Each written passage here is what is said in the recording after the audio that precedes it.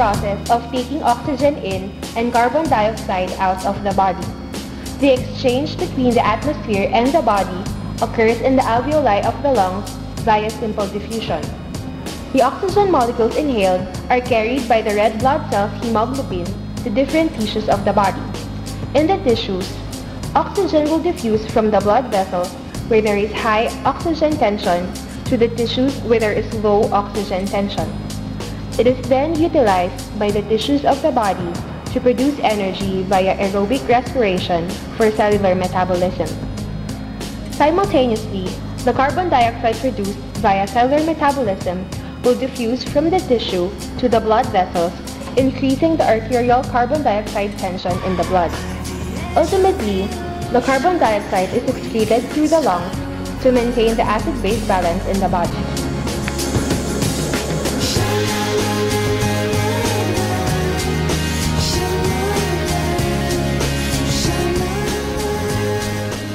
One way to measure lung function is through a spirometer.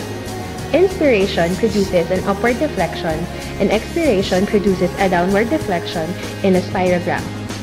Two of the parameters that can be measured are the tidal volume and the forced vital capacity, which is the difference between the maximum inspiratory point and the maximum expiratory point.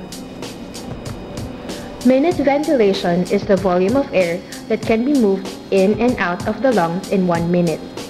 It is computed by using the values measured on a spirogram. Thus, minute ventilation is equal to the tidal volume times the respiratory rate in 1 minute. Dead space volume is the volume of air that is inhaled by the body but does not participate in gas exchange. Anatomically, this is the amount of gas in the conducting airways of the lungs. This is equal to the weight in pounds of a normal non-pathologic individual. Dead space ventilation, the volume of air not participating in gas exchange per minute, is equal to dead space volume times the respiratory rate. Alveolar ventilation, the volume of air that reaches the alveoli and participates in gas exchange, is equal to minute ventilation minus the dead space ventilation. The average pleural pressure of the lungs is -5 centimeters of water.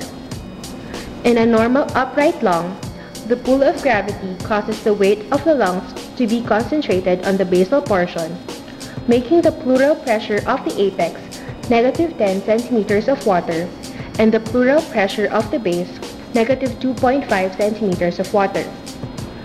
This will result in a transpulmonary pressure of 10 centimeters of water in the apex and 2.5 centimeters of water in the base of the lungs. Thus, the alveoli at the apex are more distended than the alveoli at the base. Because of increased distension, the compliance of the alveoli at the apex is less than the alveoli of the base. Gravity also affects perfusion. The blood entering the lungs are more concentrated at the basal portion than at the apex of the lungs.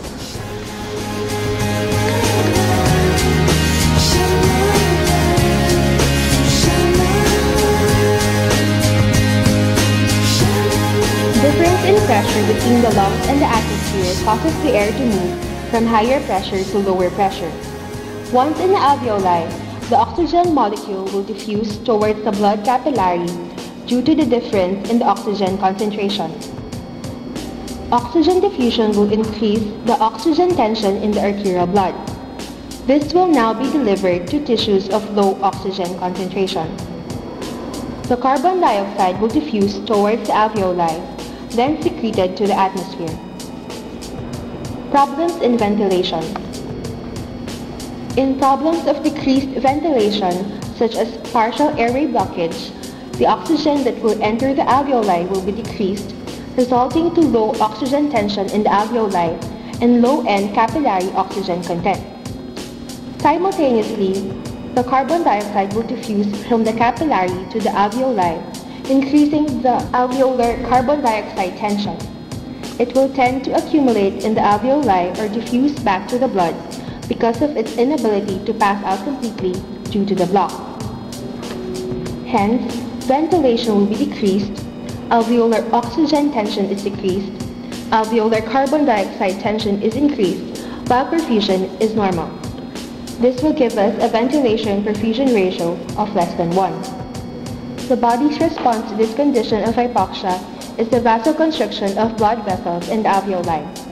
By narrowing the blood vessels, the perfusion to the alveolus will be decreased.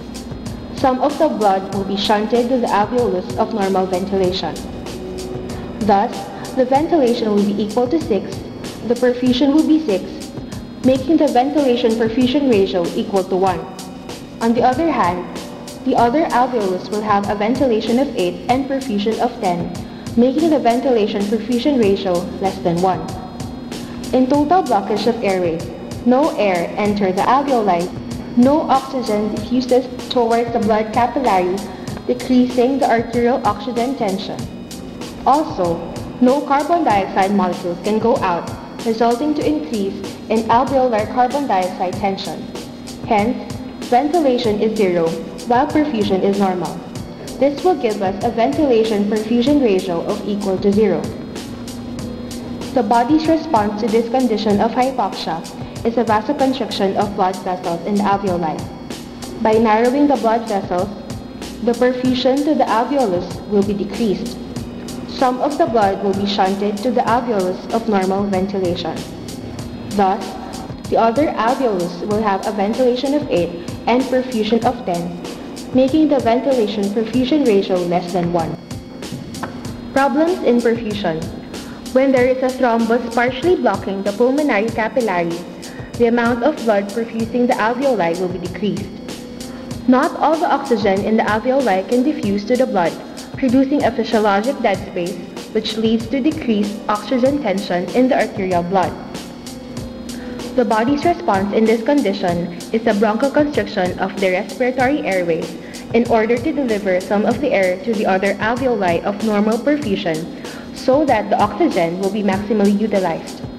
The ventilation will be 6, perfusion will be 6, and the ventilation-perfusion ratio will be 1.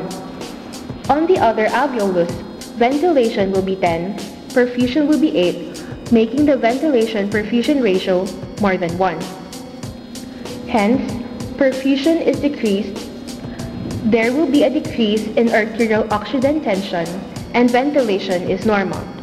This will give us a ventilation-perfusion ratio of more than 1. In complete blood vessel block, no blood will diffuse the alveolus. Hence, no oxygen will diffuse towards the blood, decreasing the oxygen tension in the arterial blood. Hence, perfusion is 0, ventilation is normal, and the ventilation-perfusion ratio will be infinite. The body's response in this condition is the bronchoconstriction of the respiratory airways in order to deliver some of the air to the other alveoli of normal perfusion so that the oxygen will be maximally utilized. On the other alveolus, ventilation will be 10, perfusion will be 8, making ventilation-perfusion ratio more than 1. Pathologic states of the lungs, such as in COPD, produces a partial block in the airways of the lungs, decreasing the volume of air that can enter the alveoli. This decreased alveoli ventilation will result to decrease in arterial oxygen tension.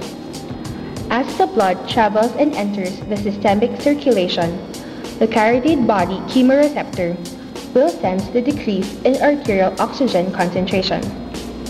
This will induce the carotid chemoreceptor to send signals of decreased arterial oxygen tension to the medulla.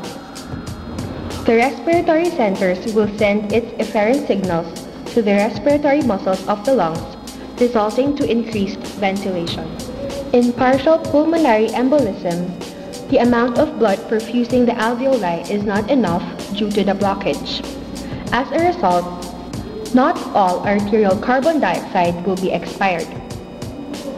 Carbon dioxide will react with water, forming carbonic acid.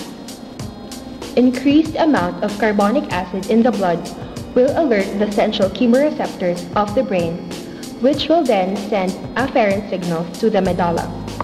In turn, the medulla will send signals to the respiratory muscles to increase its minute respiration.